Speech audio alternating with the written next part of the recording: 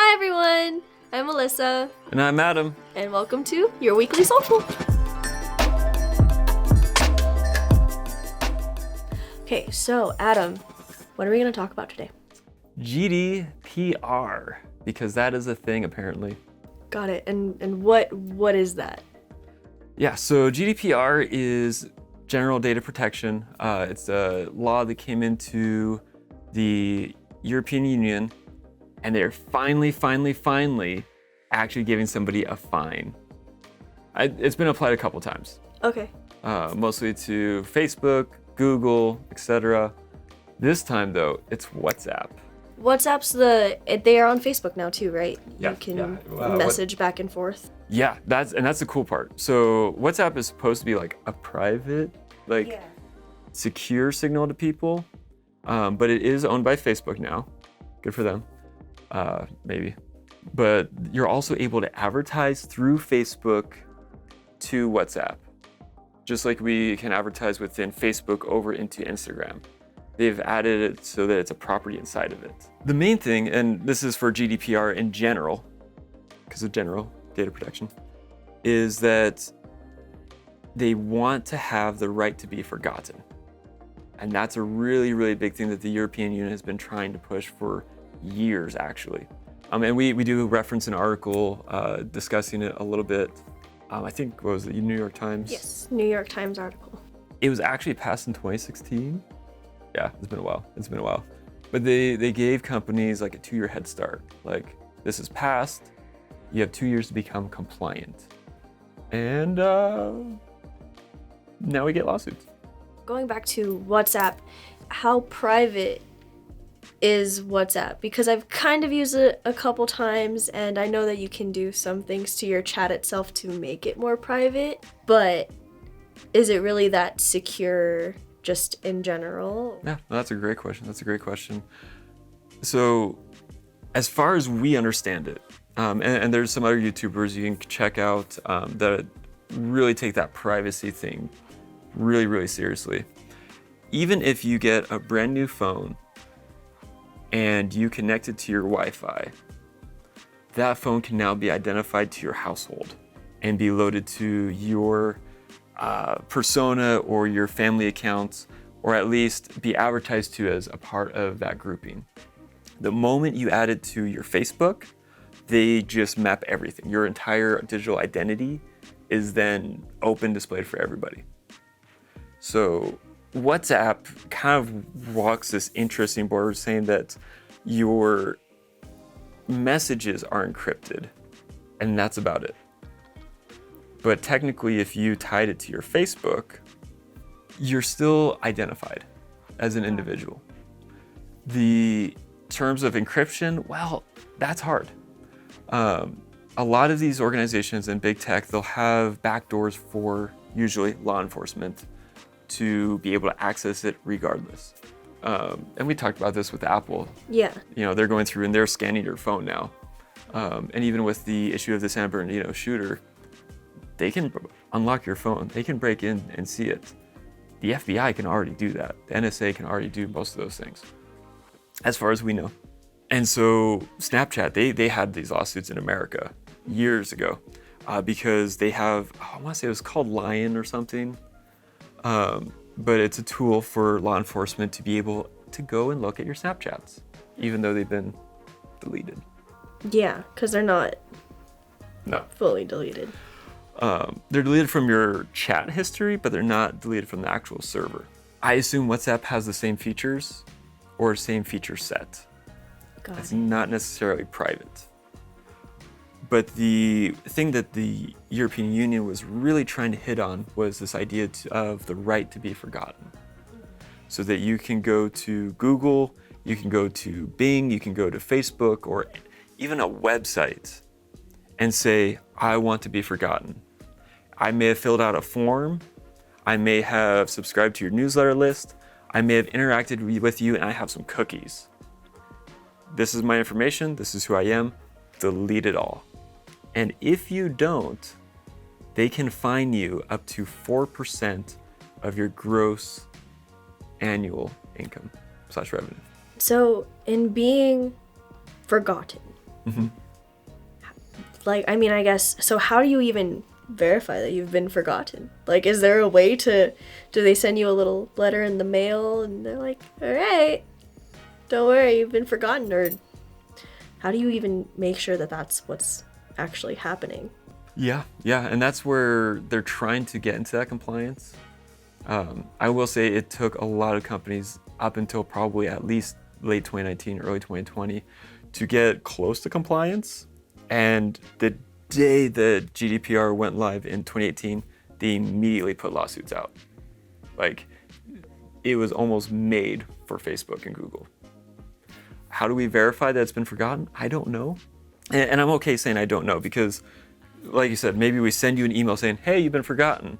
But then I track the fact that you opened that email. Yeah. I mean, that's what MailChimp does. That's what HubSpot does. All the other tools, they track those emails. They may have forgotten everything before that point, but that doesn't stop them from starting again. Yeah. And then even then, do you want to be forgotten? Is that something that people consistently want enough? Or is it just that security blanket of, I want to feel that I have some more privacy, and so then I want to be forgotten? Yeah, no, that's a great question. I'd say people ask for it, but they don't really use it. And this was an interesting thing in Facebook. So during the mostly the 2016 election, people were horribly offended at the political ads and the data they had on themselves. And so Facebook did go, I will say did go above and beyond and added in stuff saying, this is all the data we have on you. This is how we've categorized you. You can delete it, you can change it, you can remove it, you can adjust it. You are free to do that yourself. And they had maybe, it's been a while, so my data and statistics could be off. But my memory was about 64,000 people actually use those features. That's probably not a lot in comparison to the number of people that are actively using Facebook. Of Americans, yeah. Yeah. So people ask for it, people do want it and desire it. Google for a long time has been a proponent of, hey, if you don't want to be caught, then don't do it. And that's been a big issue with Google Maps. And that kind of it plays into it of, in Google Maps, I don't want to be identified. I want to be forgotten. Where this is really curious is it's a $225 million lawsuit for WhatsApp. They, of course, appealed, but it's for not communicating well enough to the user base. There wasn't a breach. It was just, we don't think you've done well enough. And 225 million isn't the 4% of their gross. And there's people on all sides. Some people are saying like, oh, you didn't charge enough. Other people are like, is this an issue? Why is this a thing? It's interesting to see how there's just constant battles, especially lately, from what I've recognized, that privacy is just becoming more and more of an issue, where some people want to be more private and they want more privacy in their online presence, and then other people kind of don't mind and are just going with it and are like, here's everything about me, it's out here. I'm seeing that split, and then the battles between, like what we talked about a couple weeks ago with Apple, and then today. And so yeah, that is interesting. Well, and where we stand with Pullman Marketing, our company, is that we like to make targeted ads, so we need to know a little bit about you. Because if we send ads to people who aren't interested or don't identify, well, then they get annoyed at the ads. But for someone who genuinely needs a product, whether that's music or car parts or other things, that actually could be timely.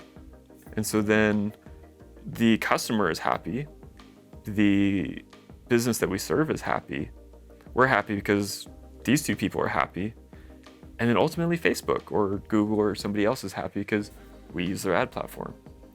So when it's done well, it's not that we're trying to invade privacy. We don't really care what people do. We actually are more about creating a good customer experience. I mean, it's like going through TikTok and you're like, hard press, not interested, hard press, not interested. Yeah, and then they still will feed you a few new things to see, engage, like Is this something that you're interested in? Yes, no, this is what's trending right now even. And Exactly.